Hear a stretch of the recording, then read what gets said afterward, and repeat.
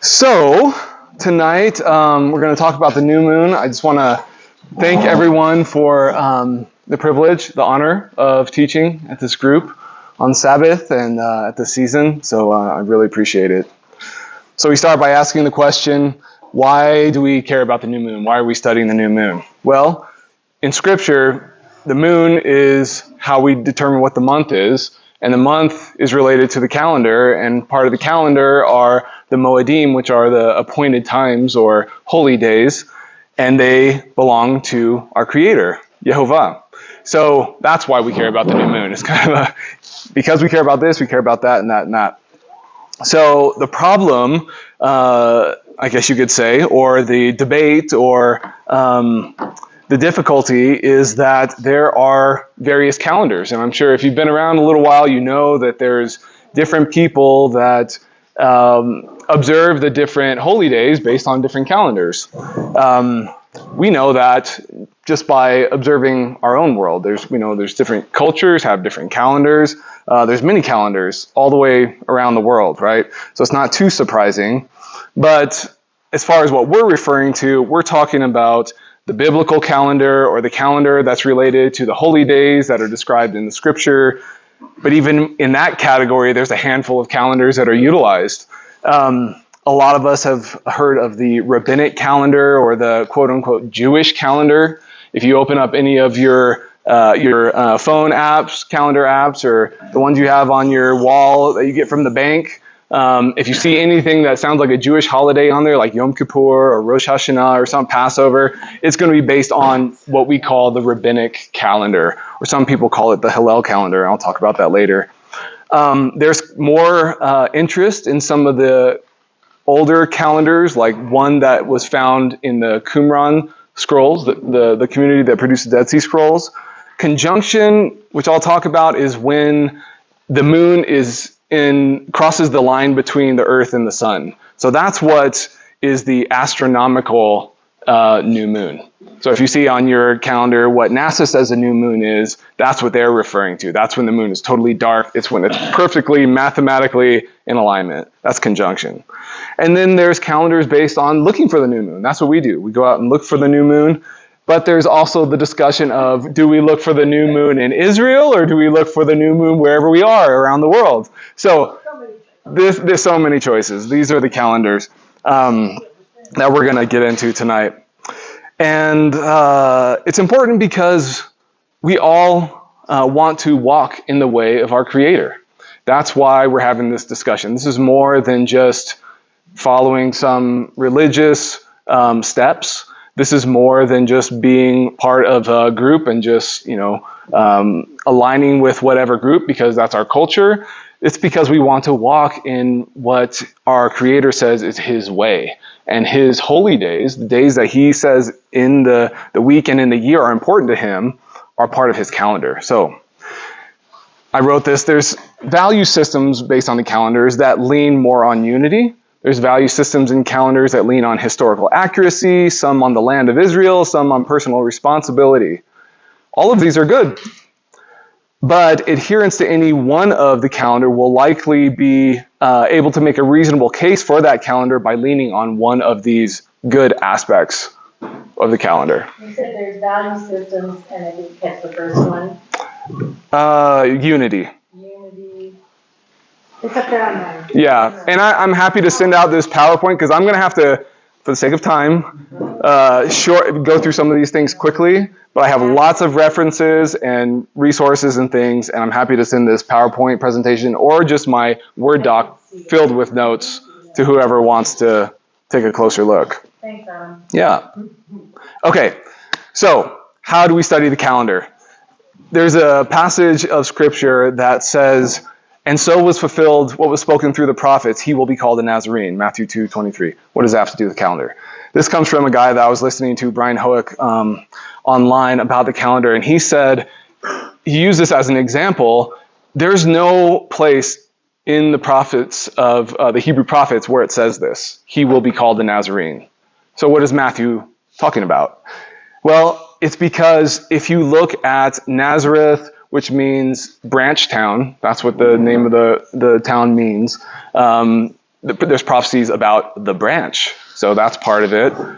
There's prophecies about that area of Israel that's kind of despised, like, can anything good come from Nazareth? There's a reason for that in the Hebrew scriptures. So if you take all of that together, you can see that the prophets are prophesying he will be called the Nazarene, this branch that's coming. So the point is, there are things about the calendar that you can't just go to one passage to get your full answer. You have to gather from the whole of scriptures and try to put it all together, and that's what makes it a little bit difficult.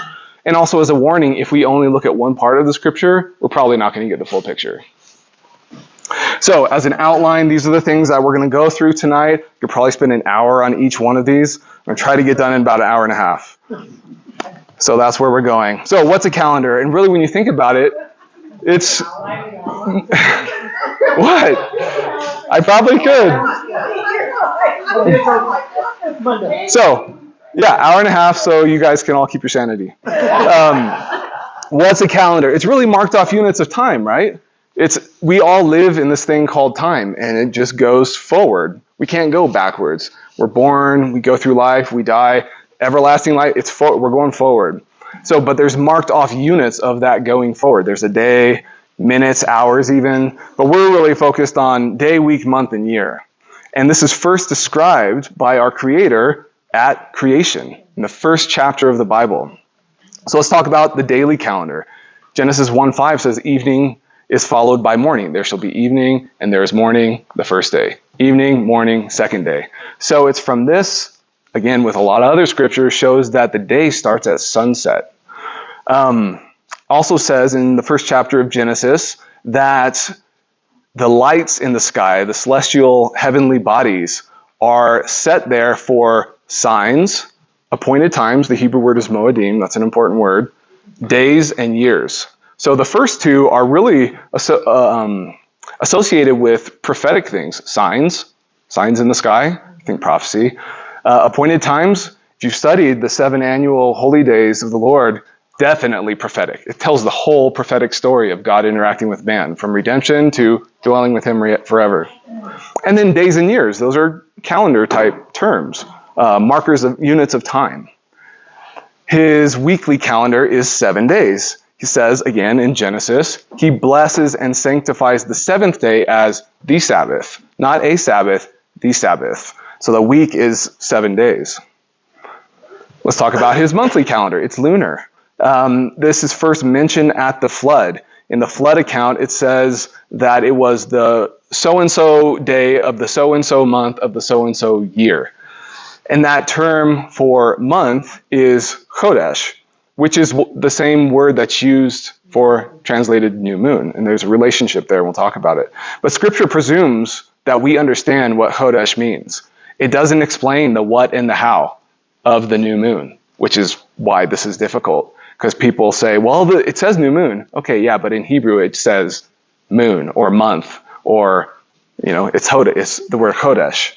So, but CH, like back of the throat, with a het. So, but when I'm going to go through some definitions, and we'll see that the scriptural, the linguistic, the historical record demonstrates that it's the crescent new moon. The crescent seen in the sky is what is accepted for a long time as the new moon. And the mathematical calculation and conjunction and astronomical assessments and things like that was way, way, way later. Like not until the several years after Messiah. Let's talk about the yearly calendar. It's agricultural. Our Creator talks about the change of the year in agricultural terms. There are certain crops that then determine whether this is a new year or not a new year, because months don't fit perfectly into the year. There's sometimes 12 months, there's sometimes 13 months. And if you don't account for that, then your months will start shifting around the entire year. And all of a sudden we're having summer in December and it's Passover in August. And, you have to account for that. And so he set up a system so that the spring crops, specifically the barley, which is mentioned in the Exodus story, is how you can tell if this is the new year or not when that first moon comes around, the new moon. So, daily, weekly, monthly, yearly, our Creator tells us about his calendar.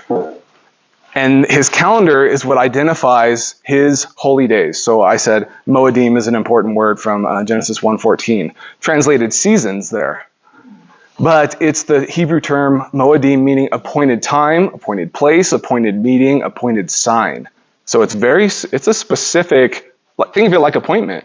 You set an appointment and you're expected to show up at your appointment time, at least in my medical world you are. And if you don't, it's a problem, right? You may not be seen. You're going to miss something. So very specific dates are given to us in the scriptures regarding his calendar.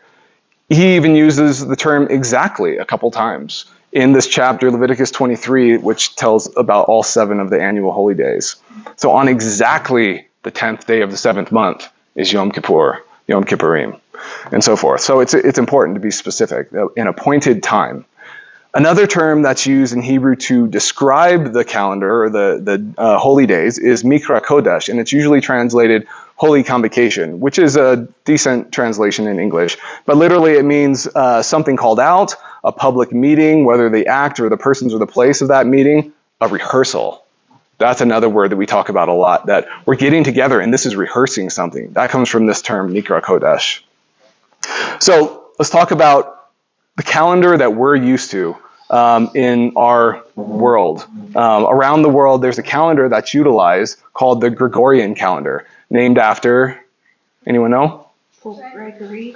Pope Gregory the 13th, around 1600, a Roman Catholic pope, right?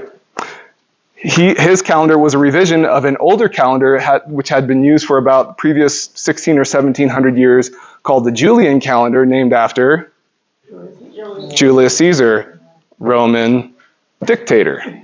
So, anyone take a stab in the dark whose value system might be presented and come out of this calendar? Rome, maybe, right? So, the day starts at midnight. Interesting for a day to start in the middle of the darkness. So looking at these 5 different aspects of the calendar. So the first day starts at midnight. That's different from our Creator's calendar, where the day starts at sunset. So they're 0 for 1 there. The week, they actually got that one right, although some calendars are now being made where Monday is on the left, and then Saturday and Sunday are on the right, making Monday the first day of the week, and Sunday the 7th day. So, let's give them the benefit of the doubt, they got that one right, so they're 0 for 2, or 1 for 2. The month is based on the moon? No, in August we had 2 full moons. It was blue moon, right? 2 full moons in 1 moon. That doesn't make sense, because in Adonai's calendar, the moon defines the month. There's 1 moon, there's 1 month. What about the year? Is the year based on certain crops, the beginning of the Gregorian year? No. Not at all. Kind of like midnight, it's the middle of the winter, we start the year. Dateline, I'll talk about that, in the middle of the Pacific Ocean. Why? So, again, whose values are really coming out here? Oh, holy days. We shorten that to holidays. January 1st, February 14th, October 31st, December 25th. Whose value system is being represented here? Or we look at our Creator's calendar, whose value system is going to come out of our Creator's calendar? Our Creator. Which, as far as what's relevant to our discussion, holy days are important to him. So do we value his holy days or Roman holidays more? Okay, let's talk about the Moedim. Why are they important? Well, first of all, he tells us to keep his commandments, to observe these holy days, which tell his story. So he said it, that's enough reason for us to do it, right? We want to follow. Yeshua observed the holy days, as did the prophets and the apostles. So we want to walk in Yeshua's footsteps in alignment with the other holy ones that have gone before us. So we're following to be in sync with our Creator and his frequency. This is according to his time, the things that he says are important. Are we opposite of him? Or are we trying to continually, every day, everything we do, really getting on sync with what's important to him? We want to learn what's important to him and participate, rehearse, practice his redemptive story. That's how we proclaim the gospel, the whole story about God, how God is going to redeem mankind is told in these 7 holy days. And we rehearse it and therefore proclaim it and tell people about it, invite people into it, and we actively participate as part of telling his story to the world. And in doing so, we're shining a light. We're a light to the nations by telling about our Creator and what he has done and plans to do with mankind. So what are our instructions? Leviticus 23 is a key chapter to learn about the Moedim. First of all, we're told to proclaim them. These are my appointed times, he says. This is our Creator speaking. They're mine. You are to proclaim them at their appointed time. So that's what we're supposed to do. We're supposed to rehearse them, live them, proclaim them, talk about them. How long? Forever. He describes them in such terms like everlasting statute throughout your generations, in all your dwellings. So obviously in the promised land, because he says, when you enter this land to dwell, I want you to keep the Passover. I want you to tell your children about it, and they tell their children about it. So it's perpetual language. But they were doing this in the desert, in the wilderness as well. And then he says, wherever you dwell. But there are specific times. There are specific days of the lunar month, and he describes it that way. This day, this service, this night. He uses this kind of language, so it's specific. And we have to remember that the months of the year are based on agricultural signs that we see in our creation. So much so that the first month that is named, that he names, it's the only one that's named by him, actually. He says, in this month, the month of Aviv, or you might see it Abib in some English translations, is based on the name of the barley. We know that from Exodus 9 and Exodus 12. That's how it gets its name. It's from the right barley. That's how you know that it's the new year, which is why the barley, you look for the barley to determine if it's a 12-month year or a 13-month year, if the barley is right. And then for Shavuot, wheat is an important part of celebrating Shavuot. And then there's what's called 4 species, these 4 different plants for Sukkot that are described. And of course, we dwell in Sukkot, plural for sukkah, huts or tents for 7 days. Okay, for the next handful of slides, maybe 10 slides or so, I'm going to go through pretty quickly because it's a lot of information, but it's pretty repetitive, but just to show you the data that's there. Well, maybe after the slide. So if the top right is just showing the different lexicons, Hebrew lexicons. I used a whole bunch of them. So again, we try to get a well-rounded picture. Use a lot of resources when you're trying to do this kind of study so you don't get pigeonholed and only get one person's opinion. If you type in moon into Bible Gateway and just search the word English moon into like the NASB, it comes up 50 times as far as the Hebrew scriptures go. 3 of those times is the Hebrew word kaseh, which means a full moon. It's from the verb kasah, meaning plump. So that makes sense why it'd be a full moon, right? The next word that comes up is a Hebrew word levanah. There's only 3 times. Levan is how you say white in Hebrew. So levanah means white one. Makes sense for a full moon, it's all white. Yoreach is 27 times is the word behind the English word moon. And it is like our word for moon. It's the title. If someone's speaking Hebrew, you ask them, what is that? They would say Yoreach. That's how you say moon in Hebrew.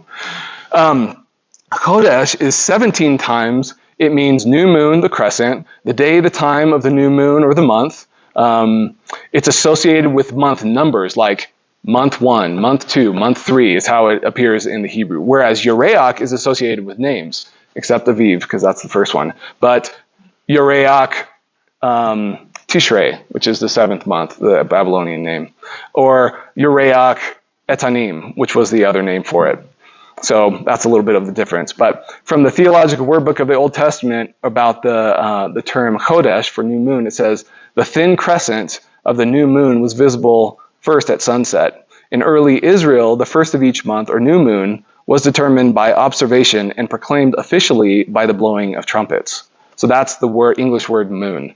If you type in month into the NASB, it comes up 214 times. 207 of those are Chodesh. Only 7 of those are Yereach. And you can see why that would be, because sometimes it's going to say the moon of the name of this month, and they'd use the term Yereach. But most of the time, when it just says month, it's Chodesh, okay? And then if you look up new moon, type in new moon into the Bible Gateway, it comes up 37 times, and every single time is Chodesh. So that just shows you what the English translators of the NASB, which is usually the most literal word for word, has done to determine what the actual Hebrew from the word new moon is. So the reason this is important when we're having the conversation about the Moedim is because this instruction in Exodus 12:2, which is really the first instruction given to the nation of Israel. We know the Torah starts in Genesis 1, but as far as instruction for God's people as a whole, it's Exodus 12. This is the first instruction, which isn't that interesting. The calendar instruction is the first instruction, kind of like we see instructions for the calendar in Genesis 1. So it's important. So God says, this month, Chodesh, shall be the beginning of months. Chodashim, that's the plural for you. It is to be the first month, Chodesh, of the year to you. So, and we find out that the month is Aviv in the spring, at the time of the ripe barley. So the term Chodesh comes from the verb chadash. The noun in Hebrew follows the verb because it's a action-based language. So chadash, what does that mean? To renew, to repair, to make fresh, to make anew, to rejuvenate. It's not a new moon in our Western mindset, like a brand new thing in the sky each month. It's renewed, and it goes around and we see it again. So it's rejuvenated. Pretty much the same in the sister languages, Akkadian, Ugaritic, and Phoenician.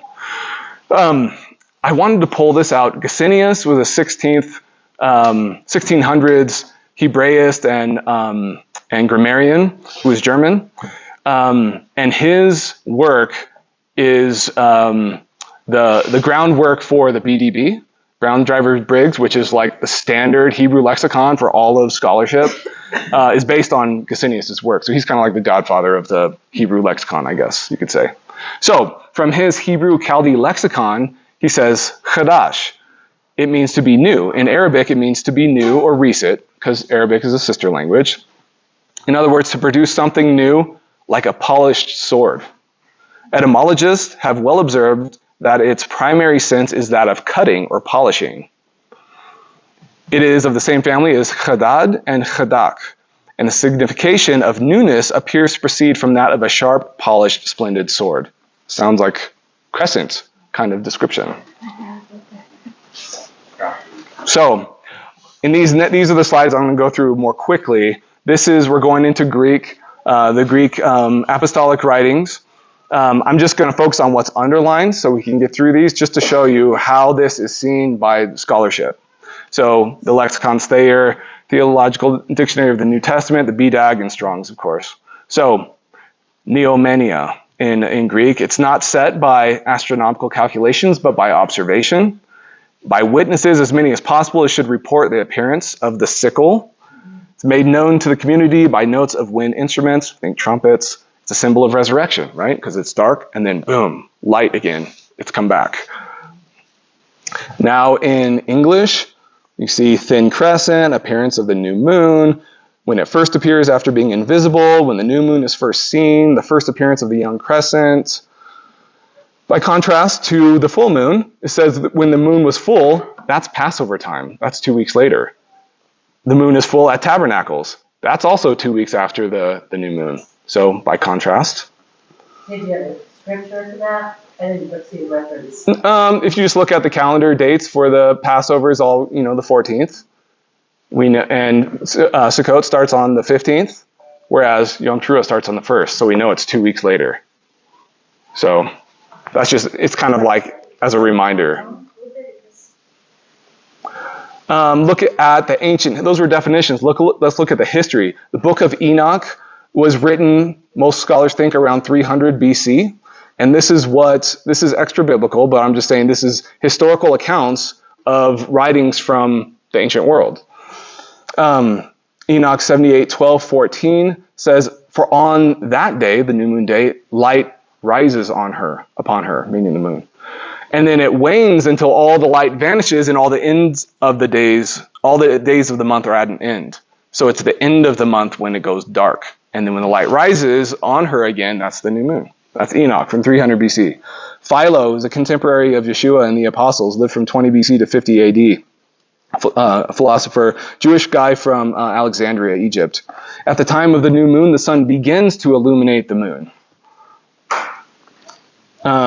This is from the Encyclopedia Judaica. Originally, the new moon was not fixed by astronomical calculations. Witnesses had to testify to its appearance, the crescent. There had to be a testimony of 2 reliable witnesses. We know 2 or 3 witnesses, right? This is about the crescent moon they were looking for. I do want to read this. This is from the Talmud. This is from about 500 AD, which is when the final editing happened over the Talmud. So it can be as late as this time, but earlier too. And they're often talking about things that were earlier. It says, "How do they test the witnesses," meaning the leadership in Israel? "The pair who arrive first are tested first. The senior of them is brought in, and they say to him, 'Tell us how you saw the moon. In front of the sun or behind the sun? To the north of it or to the south? How big was it? And in which direction was it inclined? And how broad was it?' If he says in front of the sun, his evidence is rejected, because you can't see the moon before the sun goes down. After that, they would bring in the second and test him. If their accounts tallied, their evidence was accepted, and other pairs were only questioned briefly, not because they were required at all, but so that they should not be disappointed, and so that they should not be dissuaded from coming." I think that's funny. They don't want to discourage anyone. But that just shows that in the Talmud itself, which is kind of like the authoritative text for rabbinic Judaism, based on what was being done in the Second Temple times, the time of Yeshua and the apostles. This is what they say they were doing. This is what these witnesses from the first few centuries were saying, how they calculated the new moon. And that's, of course, on top of everything I've already said. So how would they announce it? They would announce a new moon to their compatriots, other Jews that still lived in Babylonia, by a chain of beacons, fires, starting from the Mount of Olives. And this scholar says beacon service stretched as far afield as Mesopotamia seemed perfectly feasible in his mind. This is also from the Talmud. It says that the sages sent word to the exiles, "Be careful to keep the customs of your forefathers and keep them for 2 days of the festival," because we think there might be a discrepancy here. We don't know which day is the first day. They started keeping it in distant lands for 2 days. This comes from the Journal of Hellenistic Studies. Basically, the ancient ones had no choice but to use the visible crescent, because it wasn't until about 300 BC that the earliest documented knowledge of lunar conjunction is actually described, where the moon is exactly between the earth and the sun. So that's what that picture on the right is showing. So there's the earth, and if you imagine the moon going counterclockwise around, that's what's being described here. So you see the first one at about the 2 o'clock position or so, that's the new moon. That's the crescent on the right side. And then it keeps getting bigger, bigger, bigger, becomes a full moon when the earth is between the moon and the sun. And then it wanes on the way out. And then at that exact point where the moon is between the earth and the sun, that's when it's dark, because the sun is shining on the other side of the moon. So you can't see any light. So that's why it's dark from anywhere from 1.5 to 3.5 days, the dark of the moon. And then it keeps going, and you see that first crescent, because the light is now beginning to shine as the moon has turned, so we can see that visible crescent. And I know it's hard to see on that left side. That other picture on the left, I circled in red the what's called the astronomical new moon. That's when the calendar says it's new moon, but it's a day or two after until you can see that crescent on the right. I've got with the red star and the yellow star there. So as a summary here of these definitions in history, Chodesh means month. It also means new moon. It's from the verb meaning to rejuvenate, also associated with a sharp sword. All ancient and modern scholars widely accept that the new moon was the first visible crescent, not the conjunction. That didn't come out until several hundred years AD. In contrast, the new moon to the full moon, which we see 2 weeks later at the festivals, Passover and Sukkot. Originally, it wasn't calculated at all, but it was witnessed visually in the Middle East. And the announcement was made by priests to Israel and the nations by trumpets, by loud noises, by the signal fires, and some in distant lands observed it for 2 days. That's a summary there. So there's various calendars. I've talked about the sided calendars, there's conjunction calendars, and there's combination calendars that bring in lunar and solar ideas and things like this. I'm not going to talk much about Qumran, Enoch, and Jubilees because that's a whole other individual study, each on their own right. And the little that I have read automatically brings up some things that I think are not biblical, like fixing a solar calendar. Some have 31 days. Some force the quarters to start on a Wednesday, on the 4th day of the month, no matter what the moon is doing. So it's weird things like that. I haven't done a lot of research, so maybe I will eventually. But we're not going to talk about those. I do want to talk about the Jewish calendar, the rabbinic calendar. It's actually not purely conjunction. It's a conjunction average mixed in with some traditional reasons why they would change the dates. We're going to talk about that. It's called Hillel calendar based on Hillel 2 from the 4th century, but it really was still in process of being formulated and not completely finalized until 700 years later in the 11th century, after 1000 AD. So it includes something called dehiyot, or postponements in Hebrew. And there's 4 of them, and I just want to talk about the first one just for example's sake. And they're basically rules to determine when do we bump the calendar by 1 or 2 days. So that's what postponement means. So the first rule says if the Tishri new moon, that's the 7th month, new moon, falls on day 1, 4, or 6, that's Sunday, Wednesday, or Friday, then you have to postpone the month by 1 day. You're like, okay, that's weird. Why? Well, the reason you find out later is that if the new moon is on Sunday, like it's going to happen tonight, right? Because the new moon is tonight, Saturday night. Tomorrow is the new moon day. So this is, right now is the perfect example. In this situation, they will purposely bump it forward to Sunday night going into Monday. Why? Because they don't want Sukkot day 7 to land on a weekly Sabbath.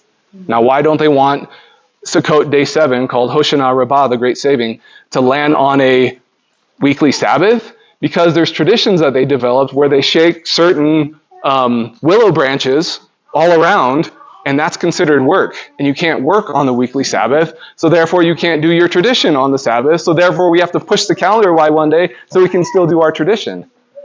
Now that's so sad to me that they don't decide, wow, our tradition is in conflict with God's instruction, so let's change our tradition. They say, let's change God's instruction. May we not do the same thing.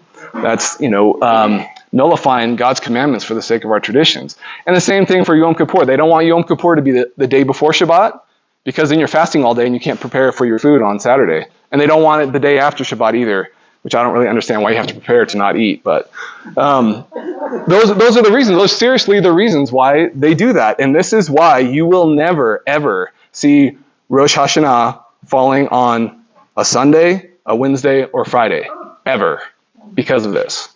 So it doesn't really matter what the moon is doing, they will purposely change it. So the upside, let's be fair, the upside is that, okay, give them credit, it is a lunar-based calendar, it's supposed to be. It's nice that it's available for the whole world, and this leads to unity of brothers and sisters all around the world. Of course, we don't want to unite in sin or error, right? But let's give them that. The cons are that this is totally unbiblical to change God's calendar for the sake of our traditions, intentionally, with full knowledge. The conjunction is a darkness marker. It's not a marker of light, like Scripture mentions in Genesis 1. There's no sighting of new moon even remotely discussed or needed for this. And this sort of calendar is very, very late in history anyways. It didn't come out till 1,000 years ago out of all the history of the Scripture we already talked about. Sighted moon, on the other hand, is it biblical? Well, do we look for lights in the sky? Yeah. Is it lunar? Yeah. From the best that we can tell, was it what was kept in Jerusalem at the temple times, which means Yeshua kept it because he always aligned himself with what was happening in Jerusalem at the temple? Yeah. He didn't follow one of these other more obscure sectarian calendars like they were doing at Qumran. So all of those things make it pretty viable in my mind. Sighted new moon. Okay, so that's definitions in history. Let's talk theology for a bit. Let's talk about Israel. Let's talk about Torah, because who was the who was given the calendar of our Creator in the first place? Israel in Exodus 12. That's when it's first mentioned specifically. So let's ask, okay, who is Israel? It's a good question. We know from this time when Adonai is bringing the nation out of Egypt, Exodus 12, going on through to Exodus 19, they're standing at Sinai. At the very end of the 40 years in the wilderness, it's Deuteronomy 29. Both of these scenarios describe a mixture of Jew and Gentile, Hebraic people and people genetically of the nations, all gathered there that our Creator is entering into covenant with them all, calling them as a group Israel. Okay, that's a scriptural witness. Throughout the text, one Torah for the native and the sojourner, many times. Paul says not all Israel are Israel. There's people, which what he means by that is there's people who are descended from Abraham and Isaac and Jacob. They're not in covenant with me. And Paul and Isaiah go on to describe a sort of connecting or grafting in process, which means you can be grafted out too. You can be broken off, Paul says. So that's kind of what he's saying. Not all are Israel. So yeah, you might be descended from Jacob, but you've been broken off because of unfaithfulness. So you're really actually not Israel. And this Gentile over here that's from whatever land and has no genetic connection to Jacob because he has chosen to follow me faithfully, kind of like Caleb, he is Israel. So that's what I mean when I say Israel. So who is the Torah for? Really all.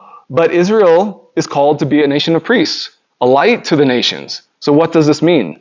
Israel is supposed to demonstrate what it means to walk with the Creator of the universe as a light, as priests. This is what that terminology means, so that everyone else can see and start following suit. Start coming on in, let's all worship the God of Israel. Let's all worship the Creator of the universe. This is how you do it. He gave us his word. I'll tell you, that's what it means. So it's really for everyone. So all Israel is, of course, made up of individuals that form the group, but we're told to guard. In Leviticus 23, we're told to guard his appointed times. You guard precious things, right? Think about the things that you would guard in your home. If someone was going to come into your house, what would you put away? It's the precious things that you guard. So they're precious to him. We individually are to guard them, but as a whole, we guard them too. Same thing with proclaiming. We individually and as a collective, we proclaim them. There's also accountability. We're individually accountable. We're also group accountable. There are certain things that Scripture says, if you do these things, you are karat, cut off from Israel. So there is group accountability designed for God's people and meant for God's people and following his ways. What about where? Maybe this is only for the land of Israel. Well, it's definitely for the land of Israel, because he says specifically to do these things when I bring you into the land. But remember, this is for Israel to be a light to the nations. In Deuteronomy 4, it says that, it describes that all the nations will hear these words, which I'm commanding you today, and they will wonder at the wisdom that you've been given. I'm paraphrasing.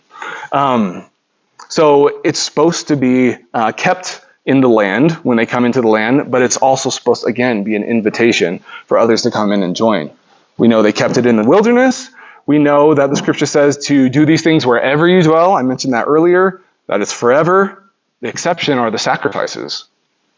Isn't that interesting? God could have made it so you can make temples to him all over the world. He could have done that. There's no reason he couldn't have. And we can bring sacrifices to him at any of these temples all around the world for global worship. But he doesn't. He says, one place where I will place my name. We later find out is Jerusalem, of course. So let's talk about Jerusalem. This is the sole place of sacrifice. Remember, it's kind of a progressive, and we see this in Scripture. There's progressive revelation. God starts by delivering a message, and it becomes more and more clarified as time goes on. And it gets to a point, though, where it's like, okay, this is the fullness of this message, and there's no reversing this. Sacrifices, of course, started in Sinai. That's Saudi Arabia. That's not the land. But then it, as he said, I will show you the place. And so it became Jerusalem. Now there's no reversing that. Sacrifices, I don't know if everyone knew this, are required. For the Moedim, there's specific sacrifices that are required on the holy days. Jerusalem is the place of pilgrimage for the spring, summer, fall. 3 times a year for the holy days, pilgrimage is to not just any place, Jerusalem. It's the place, of course, of his tabernacle and the temples. It's a place of David's throne, which is also talked about as forever.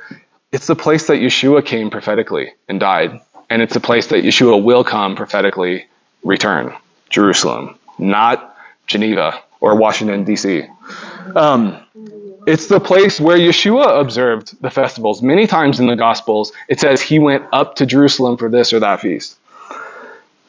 And we're talking theology here, so a warning about changing Torah. We're talking about how are we going to observe this? Let's be careful. The word is a sharp, double-edged sword. We should be careful how we wield it, right? So we're warned to not change things. We don't want to change things. Specifically, we don't want to add or subtract, it says in Deuteronomy 4. I thought of Jeroboam, who, after the kingdom split into the north and the south, Israel and Judah, Jeroboam was in the north, Rehoboam was in the south, and he made new places of worship. And he made new priests. And he made a new calendar, different from what was in Jerusalem. So, we need to be careful, is my point there.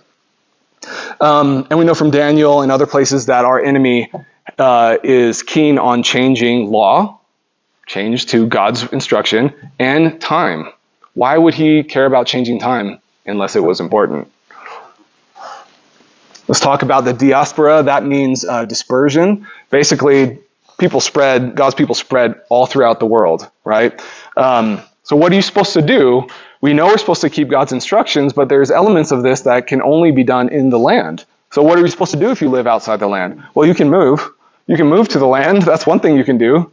You could travel to the land, difficult in the ancient world and difficult in the modern world, right?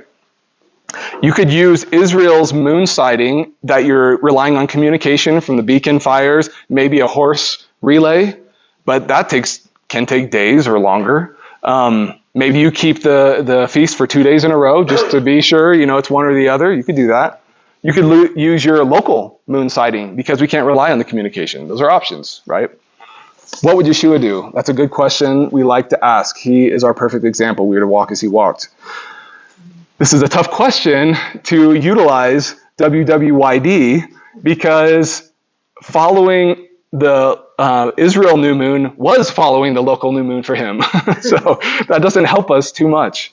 But we do know that it was important for him to align with Jerusalem and the temple observance that was done there. And we do know that it was important for him in fulfillment of prophecy that it be done in Jerusalem. And we know that it will be as well for his second coming. So I think we can glean from that. What about the apostles? What did they do in Acts and in Paul's writings? We have some mention of the Moedim, but they're honestly not that helpful for this conversation. Because it talked about in Acts 2, the Jews from many nations came to Jerusalem. Okay, so they went to Jerusalem for Shavuot, Pentecost. That makes sense. That's what Scripture says. What about outside of the land? In Acts 20, Luke says, we sailed from Philippi after the days of unleavened bread, which means they celebrated unleavened bread in Philippi. So they're outside of the land celebrating the feast. Okay, that's cool. What calendar did they use? Don't know. Same with these others. Paul says, I'm going to remain in Ephesus until Pentecost, and then he also says, I'm going to try to be back in Jerusalem by the day of Pentecost. So you have observance in the land, out of the land. Doesn't really tell us. They could have used a local new moon. They could have relied on word somehow if it got there fast enough. We don't really know. So it's hard. It's hard to determine what the scriptures say about us to do in the diaspora. I want to give my conclusion. After weighing all these things and chewing and praying and studying these things for these weeks, is that I feel like Scripture speaks of the perfect and the ideal situation. Just like Yeshua is our perfect and ideal example. Scripture describes Jerusalem for the Moedim. Scripture describes a sighted moon in the land. I guess you could say that's more history captures that. Sacrifices required for the Moedim are in Jerusalem. And prophecy regarding this redemptive story is Jerusalem. That's the perfect. That's the ideal. And what do we see from Yeshua? Him following that perfect ideal. That makes sense. We don't have any example of what would Yeshua do to celebrate the Passover in Washington. We don't have that. So all we see is Yeshua's perfect example, but he's following the scriptural perfect standard. We don't have him celebrating Passover in Egypt, for instance. So my conclusion is that it elsewhere from the land is immediately not the ideal. It's immediately not the whole perfect package that Adonai desires for this situation. So therefore, it can only be symbolic. It can have some actual, but it can't be the perfect. It's just simply not possible. So I think that could be why, and hopefully that's helpful to some of us, why it's hard to land the plane. Where do you actually land this? Because we're trying to find, well, what does the scripture say? It doesn't speak to this exact situation. Maybe because our design is for the perfect situation, which we will be at eventually when New Jerusalem comes down. Okay, so another way to look at it is if sacrifice are required on the new moon day, and sacrifice is only in Jerusalem, and the promised land is for the Moedim, and the Moedim are based on the new moon, then Jerusalem alone is the perfect ideal to establish the new moon, which is then to establish the dates, which is then to establish the Moedim. We're talking time here. So in the diaspora, there's no perfect option. So although we are instructed to everywhere follow God's instruction and to follow his ways, it's going to be somewhat imperfect just because of the nature of the situation. So I think looking for the sighted new moon, gleaning all of the historical and biblical accounts, I think that's the best. So then the question becomes, do we go with a local new moon, or do we go with the local new moon sighted from here, or the Israel sighted new moon? So that's kind of where the discussion is. So what I want to do is I want to talk about kind of the pros and cons for both sides. You guys can probably tell which one I lean toward, but I'm trying to be fair. And this is meant for all of us to just chew on and think about and see why you agree with some of the statements I make and why you might disagree with them. And you know, think biblically. You got to have a good reason for why you agree or disagree. So as far as the local sighted moon goes, well, let's think from a creation standpoint. How cool is it that Adonai planned it so his sign would be in the sky that the whole world can see no matter where you are? Zero reliance on technology. A child can tell if it's a new moon. They see it, they know it's a new moon. It's the ancient witness from the beginning. There has always been the moon and the sun and the darkness and the light. And so that's how it was for a long, long, long time. And that's how it has been for a long time without modern technology. People, hundreds, millennia, rely on the new moon wherever they are. Because really, it's impossible until 100 years ago. I mean, our modern technology is really recent. 100 years, there's no telephone, there's no internet. How do you get the message across the Atlantic Ocean that they saw the new moon in Israel? That's a fair point, right? So that's on the creation side for the local sighted moon. You can ask the question, why would our Creator plan this system that's so reliant on something slow and unreliable to spread the word around the world so everyone can be on the same page? And it's nice that you can just go out and watch for the moon and not rely on technology. And so the argument is, yeah, without technology, we wouldn't be able to do that at all. So when technology goes down again, it might, then that's going to be our only option, right? What else can you do besides look for the moon? Go look. What about time? Remember in the definitions about the Moedim, I talked about Mikra Kodesh has this nuance of rehearsal. So from this perspective, it's maybe a little bit more on the rehearsing side. It's like we are rehearsing for a play, We're rehearsing for something that's important. So we're following the steps, may not the exact time, perfect, but we're following the pattern, right? It's more about rehearsing his holy days. So could it be that God's timepiece, around the world, if they see it in Jerusalem, then they start rehearsing, and then someone else sees it over here, and they start rehearsing, and everyone's on the same rehearsal, which may not necessarily be on the exact same dates. So everyone's doing it together, just not at the exact same time. That's a thought. So you're united in your pattern, but not necessarily the dates. And one of the arguments is, like the Sabbath, for instance, we don't start the Sabbath the moment the sun goes down in Israel. That would be like 9 a.m. or 10 a.m. here. So that's the argument. What about personal responsibility? Consistency. We're outside the land, so why are we going with a time that's inside the land when we're outside the land? That's inconsistent in that regard. So if we're outside the land, let's keep the time that's outside of the land until we can get to that perfect situation.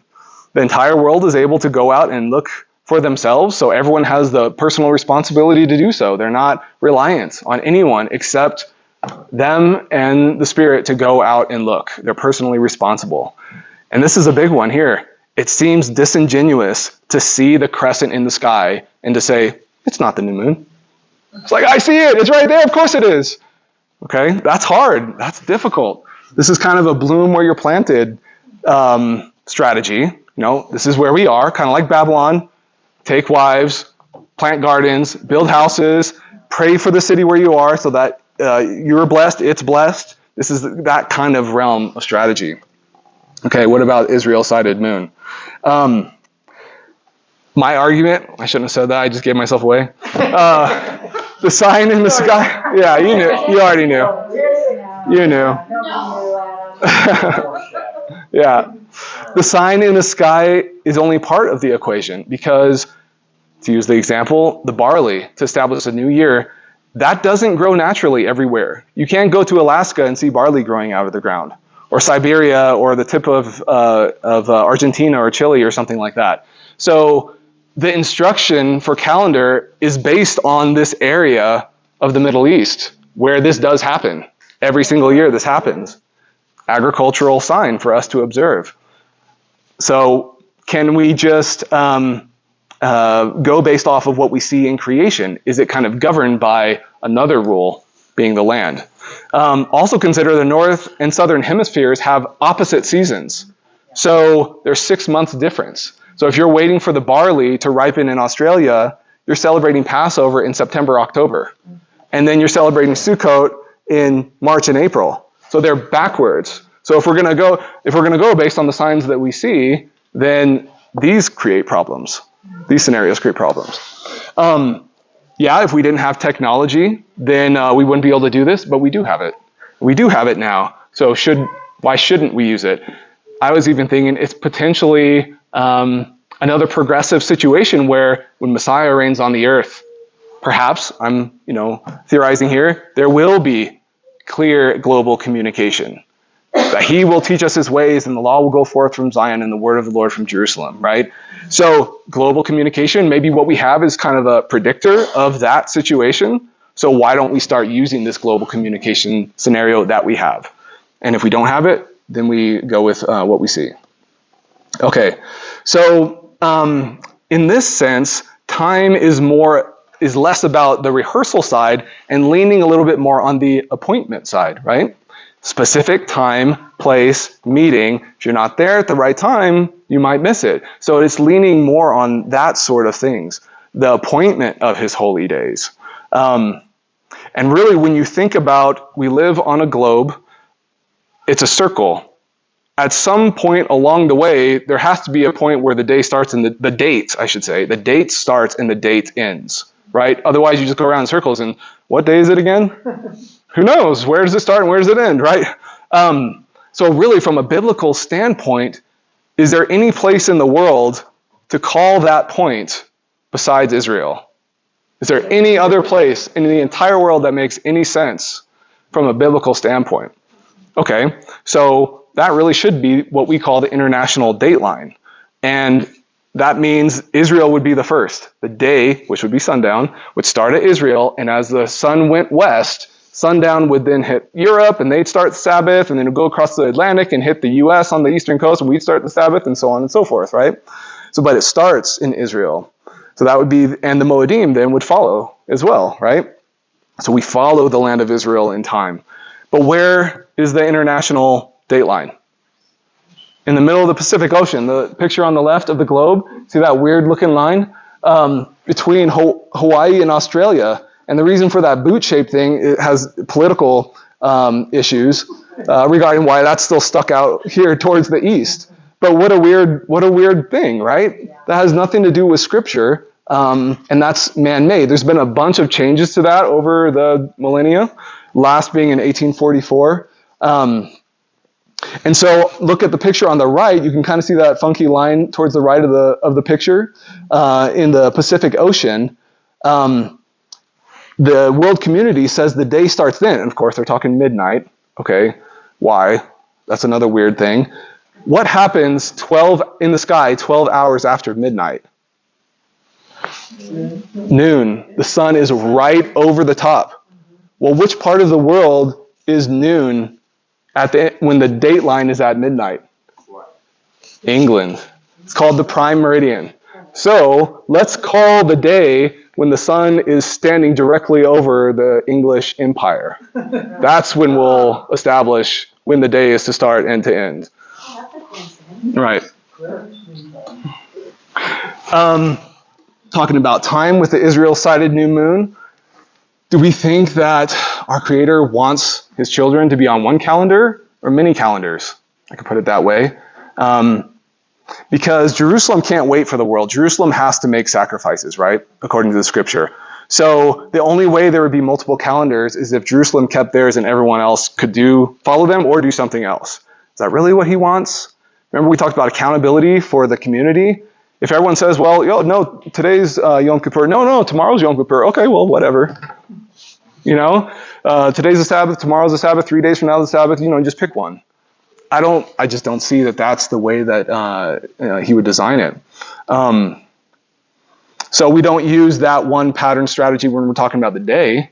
You just choose whatever time you want to start in the day, choose whatever time you want to start in the week, choose whatever time you want to start in the year. We don't do that with any of the other parts of the calendar. The argument about we don't start Sabbath here at the same time they do in Israel, well, that's more about aligning ourselves with the exact moment, right? So I have up here moment versus following a pattern versus following a date. So the moment means they start Shabbat in Israel and it's like 9 or 10 a.m. We ignore the sunset, the sign that God gives us. We ignore that sunset, so we don't want to do that either, right? Ignoring the sign that we see. And we just go with the moment. That's not right. But the pattern I just talked about, following any one day in 7, that doesn't seem right too. So this pattern strategy kind of falls out in my mind. But if we go with the date, then Israel starts Shabbat, and then it comes across the ocean, and then we start Shabbat. That's how we currently do it. We follow the date. The date has begun, and we're following their date, which also means we're following their pattern. So we get both there.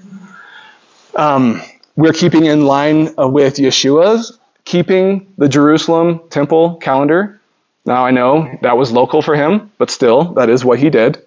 That is where the former and future prophecy of his coming is taking place. Also, imagine if he's here and we don't follow the date that he announces. Or if we don't follow his pattern, either or. That just does not seem right. And then another idea to think about is, do we lead him or does he lead us? Shouldn't he be first? This is just a theological question. Personal responsibility. So the upside of the local new moon is everyone in the entire world can look for it. We can still look for it, even though we're relying on Jerusalem for the establishment of the calendar. So to speak, we wait for the signal fire. The argument is that, well, nobody's going to go look for the new moon if we know that it's based in Jerusalem. That's a slippery slope. That's not necessarily true. People can still go look for the moon if they want to look for the new moon. So that's not necessarily true. Although probably a lot won't, right? Because they're just going to rely on technology. So that's fair to bring up. Ignoring the crescent in the sky, which is difficult to do. When you see that crescent, of course it has to be the new moon. But it's the same as ignoring the ripening barley in October in Australia. You see it with your own eyes. The barley is ripening. You're in the wrong hemisphere. You see the new moon. You're on the wrong calendar date. So yes, you see it, but it's governed by the biblical and historical narrative that define when to call the new moon. You say it like that. I'm not trying to accuse anyone with the Jeroboam thing, but it's something to keep cautious about, because he did change the time of the festival to a different time that was more convenient and appealed to, appealed to him and was separate from Jerusalem. So that's just, let's be warned about that. Yeah, it didn't go well for him. We should be careful. Oneness, unity, is a very important scriptural precept. How often? You type in one into your biblical search engine. It's going to talk about it a lot. We have one God, we have one Messiah, one Torah, one people, one city, one calendar. Not many calendars. Also think about this. We and Jerusalem are both described as the bride. So, interesting combination there. You can see if we keep with the Jerusalem calendar, it's a way to unite with Jerusalem. And this perspective is more about seeking that ideal. What would be the perfect situation if we were in the land? You know, what's the perfect situation as described in the Bible? If everything would work out, this is trying to seek that past perfect situation and future perfect situation, though we're not there right now. So we're in an imperfect situation, but longing for that perfect one. I feel like this perspective has more of that heart and strategy going behind it. So this is why people butt heads. This is why communities split. It might even be why the Qumran sect left Jerusalem and went into the desert over calendar issues, because we care. We all want to obey, follow, sync ourselves, learn from our Creator, and shine His light into the world. We all want that. That's why this stuff is important, because we value what He says is important, and we want to do it like He says. And if we don't see eye to eye on how to do it, then, you know, there's butting of heads, which is a problem. And we want to be careful with that, because we also have to remember that unity and oneness in His body is important, and we have to weigh things. What's the weightier matters here that we're going to unite or divide on? As I said before, we don't want to unite in sin, obviously. So here's the problem. If we observe by the local new moon, what we lose is syncing with the King's Holy Land, our Creator's Holy Land, right? We do. What's the problem with going the other way? If we observe by the Israel moon, we lose the prophetic experience of coming out here and longing and straining to see the new moon, and we see it and like, no, actually it's not Yom Teruah yet. You know, you lose that. So that's unfortunate. So this is the issue. This is the problem. But the reality is we're in the diaspora. We live in an imperfect situation. There's not going to be a perfect answer here. There's going to be no way where we can resolve these so it works perfectly and everyone's perfectly fine with it. The actual, the literal, the full observance is only in Jerusalem. That's when it's going to be perfect. And of course, and when Yeshua reigns, that will be the case. So what we do is going to be, at the very least, partially symbolic. The parts that we can't do actually and literally, we can only do symbolically. So it's, again, just necessarily an imperfect situation. And we're going, whichever side we choose, we're choosing to lean on one or other aspect of God's truth, you know? And leaning on one side means we're leaning away from another side of God's truth. So just keep that in mind, because when people fight about this stuff and are nasty about this stuff, they're not recognizing that someone else is valuing another aspect of God's truth of this situation, and they're leaning towards it. And that's why they're making the decision they are. And you happen to be picking another part of God's truth and leaning towards it, and you're leaning away from what they're choosing. There's some that are completely off, of course, but I'm just trying to give people the benefit of the doubt who are really genuinely seeking to follow. So my recommendation is the best of both worlds, if we can do that. Yeshua, following his example, he observed his local new moon, which was also in alignment with Jerusalem. Is there any way that we can do that? Is there any way that we can try to do that? There's a little bit of precedent for celebrating 2 days that we see in Esther, although it's for a different reason. I was hoping that would give me a good evidence to share of how they celebrated for 2 days, but it had to do with they were fighting for 2 different days based on whether you were in Susa or not. But anyways, they did celebrate for 2 days. And really, this issue of whether we're going to go with the sided moon here or Israel is only concerning to Yom Teruah, the moon of the 7th month. Yeah. Because this is the only one where the day starts on the first day of the month. All the other ones we have it heads up. So this is the only time that it matters, first of all, to alleviate some stress, hopefully. Half the time, Israel is going to see it first and becomes a moot point. You know, it doesn't even matter because they saw it first. We're 9 hours later, we're going to see it here. This is not even an issue anymore, right? It's only going to be an issue when they don't see it and we do. which might be half the time. So my solution is that we always go out and look for the moon. Just like last night, there was a very, very, very small chance we were going to see the moon. 5% chance, if that. We still went out and looked because it's important, and there's good lessons in that you go out and look and you don't see. It keeps you looking, right? So we always go out. If Israel sees it first, then we're going to see it 9 hours later. We're going to celebrate, and we start the 7th month, the calendar, right then, okay? But on this other time, if we see it first, let's celebrate that night because we saw the moon. Let's celebrate. We're in the season of the 7th moon, but let's return the next night to look again. And then we begin that 7th month based on the 2nd night, which will then be in alignment with Jerusalem. So in this way, we get best of both worlds. We're watching for his sign in the sky, which aligns us with his appointed rehearsal, and we're sinking to his land where he came and returned, which aligns us with his appointed time. So that's my suggestion. That's the new moon over Jerusalem that they saw a handful of hours ago. Yeah.